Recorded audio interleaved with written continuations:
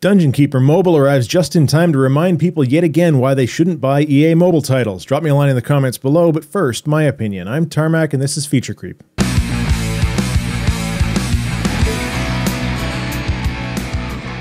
I'm just sickened by the open, unfettered greed in the iOS video game market. Yes, I know it's standard and everyone is bad. Well, that's not entirely true. Some microtransactions make sense, and some iOS games have gameplay mechanics designed to be fun rather than just gameplay that by its very nature pushes people towards in-app purchases. The new Dungeon Keeper by EA is one of the worst offenders to date, and I'd love to say that I'm surprised, but well, that would be lying. I loaded it up in my LG G2 just to see how bad it is, and it's awful. Dungeon Keeper is a video game series with a great history. The original Dungeon Keeper was developed by Bullfrog and released in 1997 with its sequel in 1999. The basic premise of the game is that you're the evil being in charge of a dungeon, controlling your imps to mine paths, setting traps for adventurers, and spawning armies of underground bad guys to do your bidding. It was one of the few games that let you be the bad guy and made it feel so very, very good.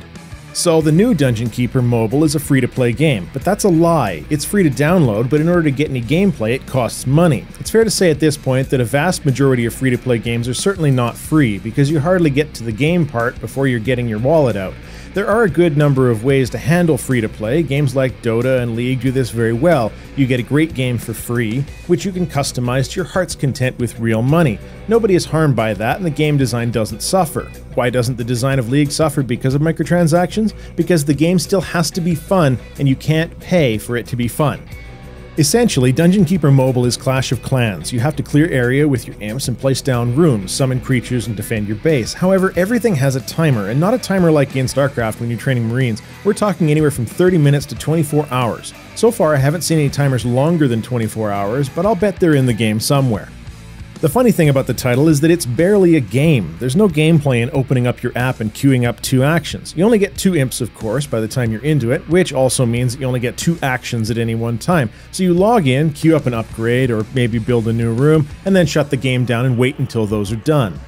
But of course, the game makers knew that wouldn't be very much fun, so they included these gems which you can buy, which individually bypass those queue times. Of course, the devs knew the game mechanics wouldn't be very much fun because they designed it that way. Gem packages range from $5 to $100, and as we all know, a $100 microtransaction clearly provides far more value to the player than the $60 it would cost to buy a full retail AAA title, am I right?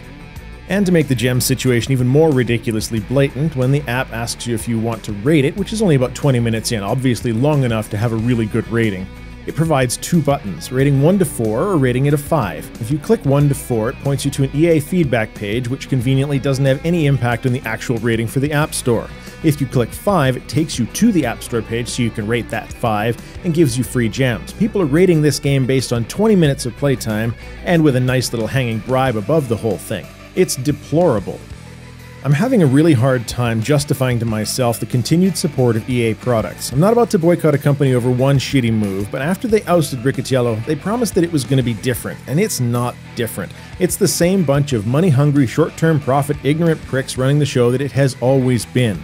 I used to buy games that looked fun at first glance, now not so much. I strongly caution all gamers to stop pre-ordering. Stop buying into these free-to-play scams, because that's what this is. Wait until the reviews are out and steer clear of abusive titles, no matter how much your rose-colored glasses make you want to pick the game up. Tell your friends not to buy them either. It will be better for the industry and for all of us in the long run. So, have you been roped in by terrible free-to-play mechanics? Let me know in the comments below. Like, sub, favorite if you enjoyed it, or if you didn't, let me know why not. That's all I have to say. Tarmack out.